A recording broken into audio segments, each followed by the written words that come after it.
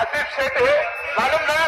अरे तुम्ही south YouTube पर दिखता जो साउथ जगत सुनने मिलेगा है ए फालतू बड़बड़ कर मत चल शादी। अरे चले फालतू बड़बड़ कर मत।